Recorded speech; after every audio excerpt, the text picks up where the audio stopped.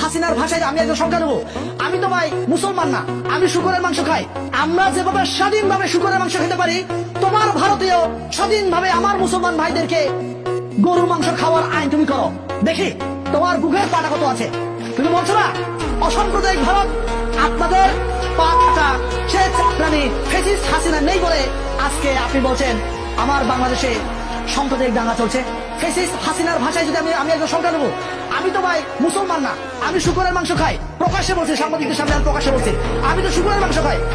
আমি শুকরের মাংস খাই বলে আমাকে তো কেউ লাঠি নিয়ে কেউ মারতে আসে না, আমার বাড়ি ঘর তো কেউ পুরাই দেয় না, আমাদের হিন্দু ভাইদের, খ্রিস্টান ভাইদের, বৌদ্ধ ভাইদের হিন্দু ঘর বাড়িতে পুরাই দেয় না শুকরের মাংস খাই বলে।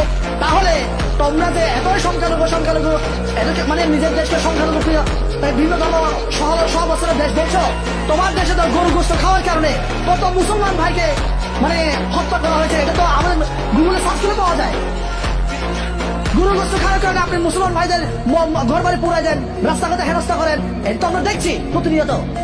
আপনি বলবেন আমার বাংলাদেশে সম্প্রতি দাঙ্গা চলছে, এই ধরনের ভুল বার্তা, ভুল মেসেজ আপনার দিবেন, আমাদের নামে যেভাবে প্রপাগান্ডা ছড়াচ্ছে। আমি মনে করেছিলাম কি ভারত আসলে সোজা হয়ে যাবে, কিন্তু ভারত সোজা হচ্ছে না। তবে তো সোজা হবে তাও আমার জানা নেই।